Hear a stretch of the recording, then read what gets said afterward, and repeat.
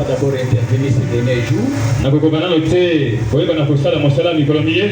mais à la suite de certaines circonstances, indépendamment de ma volonté, poussé par Dieu lui-même, qui a accepté que j'intervienne aujourd'hui. Mais je vais également intervenir les dimanches.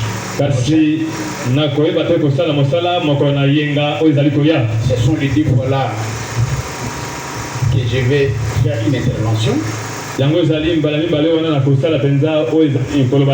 afin de répondre à son exigence.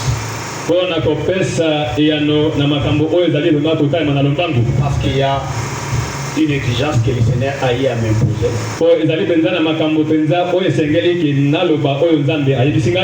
Voilà pourquoi je dois l'accomplir, pour ne pas marcher en contradiction avec lui.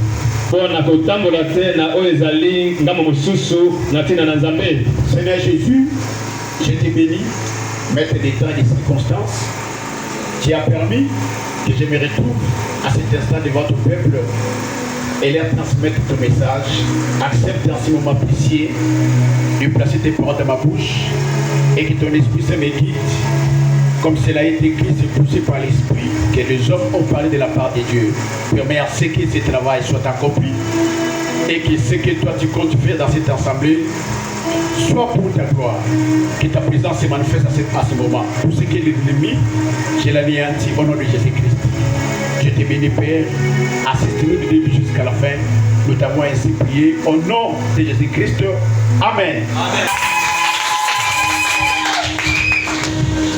Alors nous allons faire une prédication.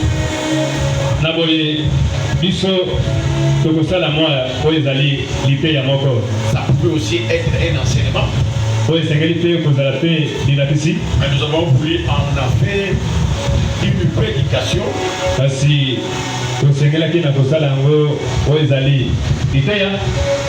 Alors notre thème, la prédication de l'évangile. Okay. La prédication de l'évangile. La prédication de l'évangile. Voilà, Philippiens chapitre 4 verset 15. Philippo.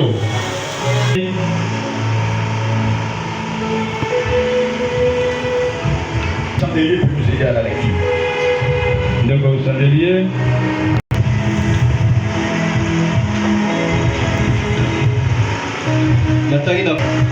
Vous le savez vous-même, Philippiens, au commencement de la prédication de l'évangile, lorsque je partis de la Macédoine, aucune église n'entra en compte avec moi, parce qu'elle donnait et recevait. Oui, merci. Et savez vous-même, Philippiens, au commencement de la prédication de l'évangile, je m'arrête là. Donc, la prédication de l'évangile, l'apôtre Paul l'en a évoqué dans son épître des Philippiens, dans son chapitre 4 verset 13, c'est là où il a parlé de la prédication de l'évangile.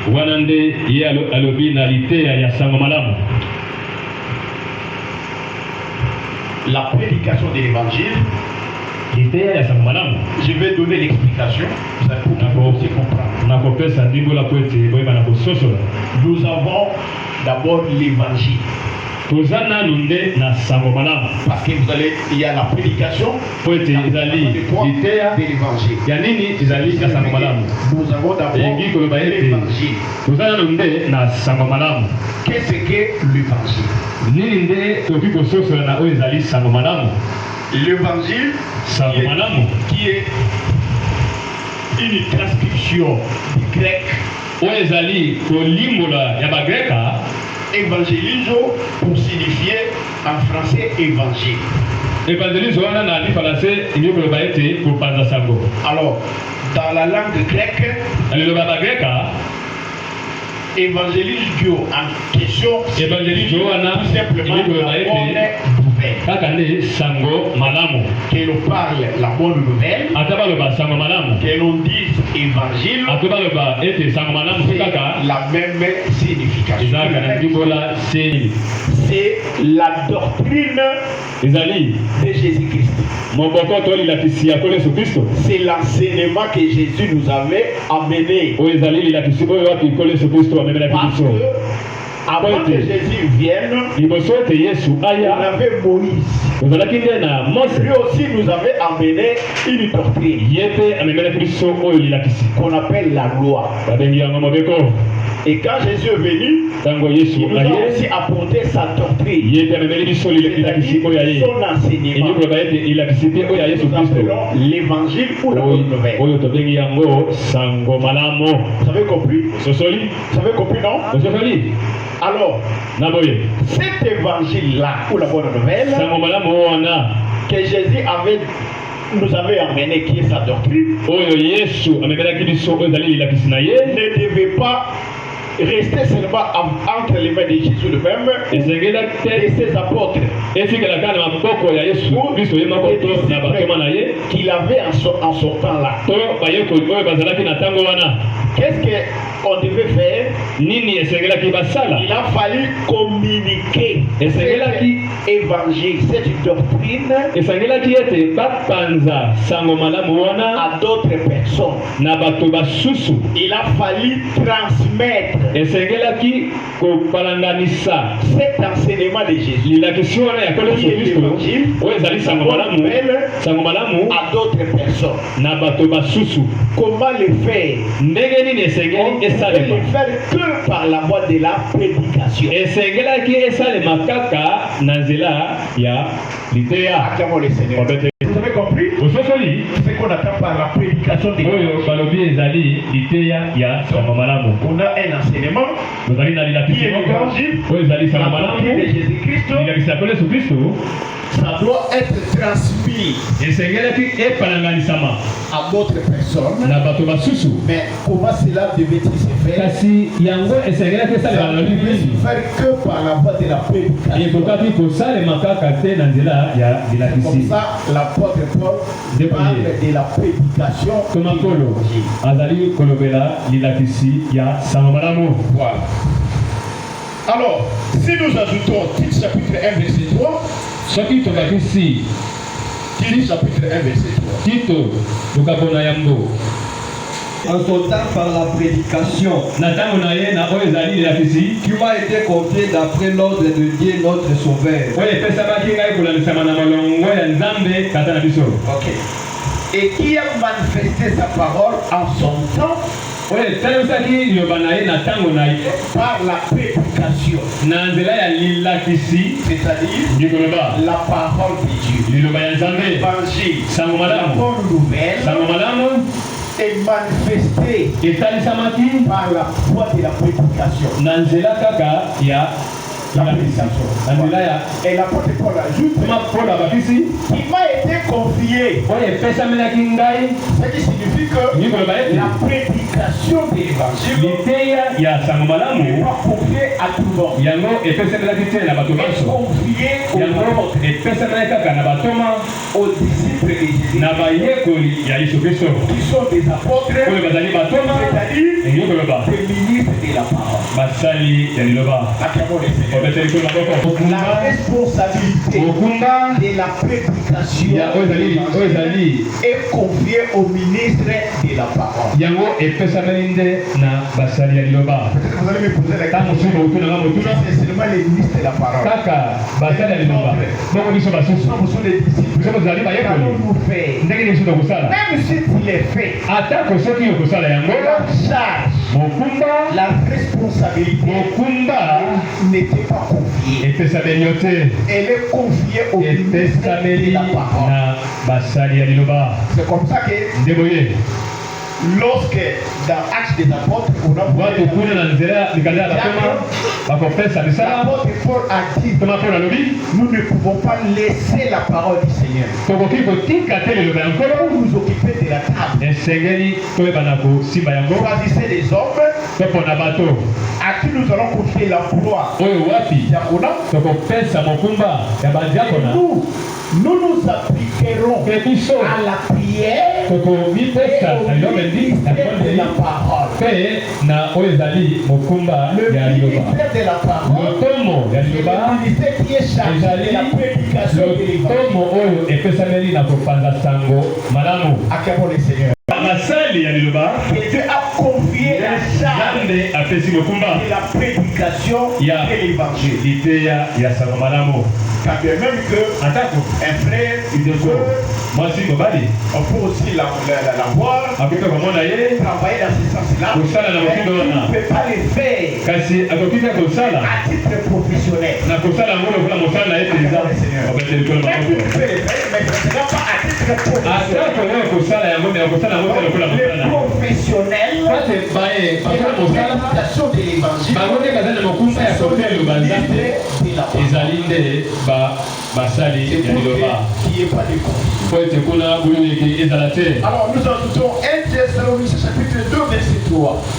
La prédication elakisi na biso ne repose ni sur les rêves, yango ezali te na kati ya mbeba ni sur des motifs impurs, atako na mabanzo te ya mabe ni sur la fraude. atako na nzela ya moyibi Tu peux ajouter le verset suivant, le verset qui suit. Mais kasi selon que Dieu nous a jugé digne de nous confier l'évangile, ndenge nzambe ye moko amoni malamu apesa biso mokumba ya sango malamu ainsi nous parlons, na boye tolobi non comme pour plaire à des hommes, lokola te mpo na kosepelisa bato mais pour plaire à Dieu, kasi mpo na kosepelisa nzambe Oui. qui sont de nos cœurs. oyo azali kotala mitema na bino. Merci beaucoup. L'apôtre Paul ajoute, car notre prédication po ete bilakisi na biso ne repose plus sur les rêves, yango ezali te na nzela ya mabe ni sur des motifs impurs, atako te na mabanzo ya mabe ni sur la fraude. ata te na nzela ya moyibi Cela signifie quoi? ngeko banini Lorsqu'un ministre de la parole soki mosali ya liloba est en train d'accomplir la tâche qui lui a été confiée, ye azali kokokisa mosala oyo epesamelaki ye il est en train de faire la prédication de l'évangile. ye azali kopesa sango malamu Il ne faut pas esengeli que te sa prédication ete sango malamu na ye wana repose sur une erreur. efanda te na libunga Qu'est-ce qu'on attend par une erreur? eloko nini babengi yango libunga L'erreur, libunga c'est la représentation fausse d'une réalité. ezali te kotalisama moko ya mabe na oyo ezali bosolo. Je donne un exemple. napesi ndakisa Jésus-Christ de Nazareth. yesu kristo ya nazareta Lorsque nous parlons de Jésus-Christ de ntango Nazareth, tokoyebela yesu kristo ya nazareta un homme se présente aujourd'hui moto moko abimi lelo et on dit c'est lui Jésus de balobi Nazareth. ete ye nde yesu kristo ya Et on nazareta commence à réfléchir, babandi te kopia ye à dire na kolobaka c'est lui Jésus-Christ. ye nde ko yesu kristo Et que celui qui prêche ainsi, ye nde oyo azali koteya c'est bongo une erreur. azali na Parce que débat Jésus-Christ po ete yesu kristo n'est pas le Messie dont vous avez présenté. azali te moto oyo batalisi biso ye Vous comprenez? mososoli Donc l'erreur dont on fait allusion ici, se pa bazolobela wana te il faut nous restituer l'évangile esengeli kozongisela biso sango tel malamu que vous l'avez reçu. ndenge yo mpe ozwaki yango Paul dit, je vous ai makolo donné alobi te ngai napesi bino tel que j'ai l'avais kaka ndenge ngai napesi yango to Il ne nazwaki faut yango pas altérer la vérité. okoki te kobomba to kobwaka bosolo Acclamons le Seigneur. obete likolo maboko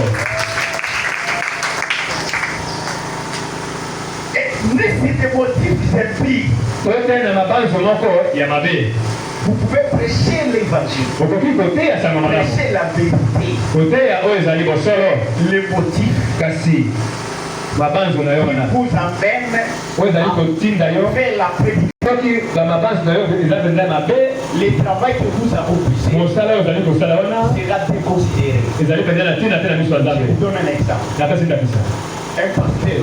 Babateli moko azali mosala liloba. Azali moko batie penzaye. Il regarde. Il voit une sœur. Atali amoni ndoko mwasi moko. Belle de figure. Azali penzaye. La sœur malamu.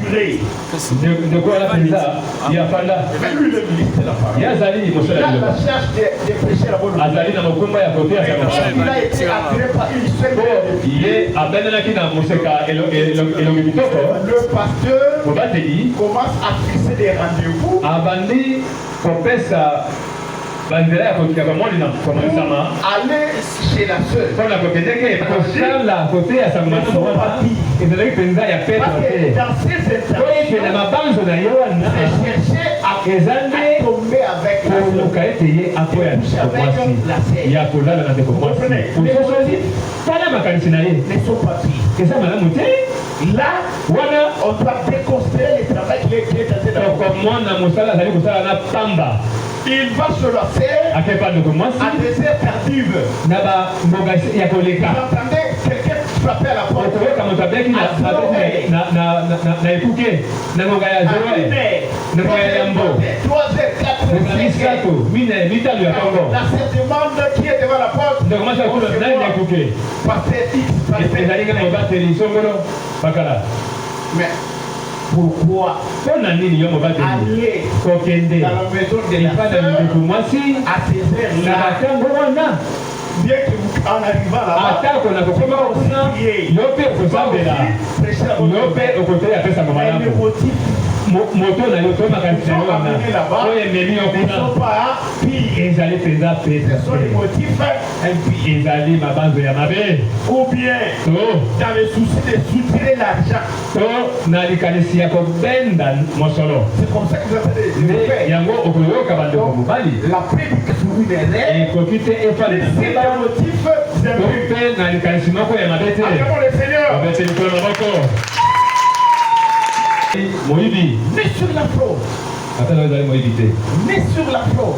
oyo ezali moyibi te Un ministre, je donne l'exemple pour que vous puissiez comprendre. napesi ndakisa po ete kososala mosali ya liloba Il regarde. ye atali Il voit que amoni ete notre frère ndeko na biso mobali roule carrosse, il a une belle voiture. ye mpenza azali na motuka ya kitoko Alors il a combattu la voiture. ye aloli motuka ya ndeko mobali wana Maintenant il se rend chez le frère, sasa ete atie pa ndeko mobali il lui prie, il asambeli lui annonce, il prêche la bonne nouvelle. ye atesaka malamu Et en même temps, na mbala moko il lui donne une prophétie.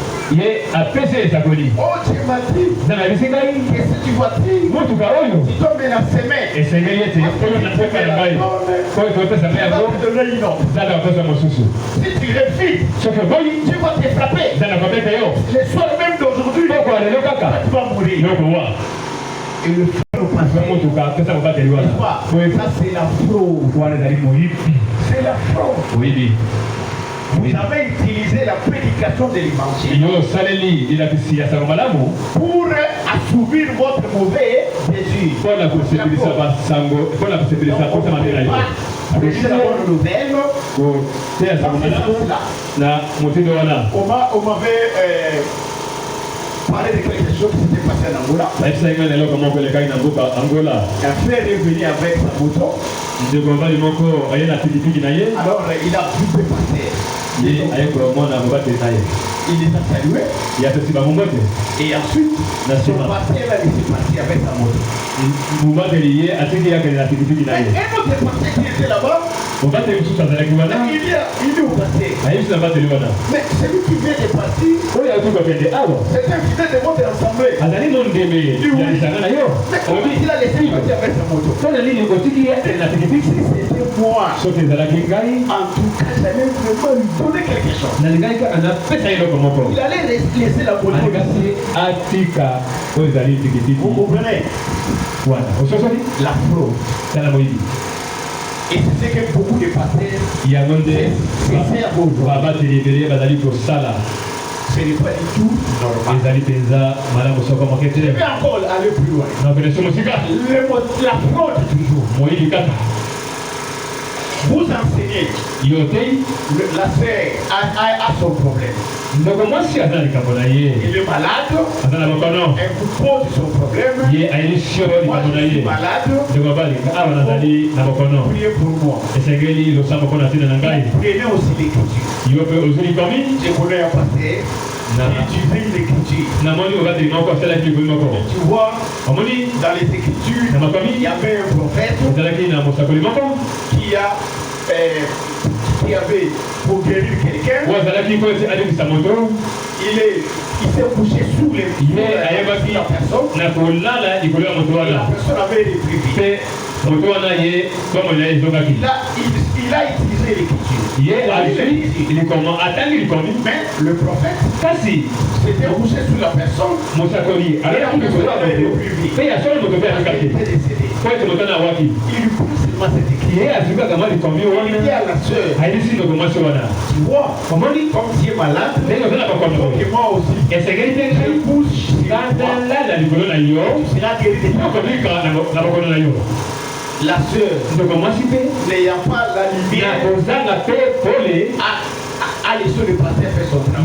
Le pasteur va coucher sur la sœur. Et l'irréparable est acquis. L'irréparable, n'est-ce pas? L'irréparable. C'est la fraude. Donc pour avoir les corps de la sœur, il va se servir d'une écriture. Et il l'applique. Mais seulement pour gagner le corps. Donc l'évangile ne repose pas sur la fraude. Mais puisque Dieu nous a jugé digne de nous confier l'évangile, c'est mon frère.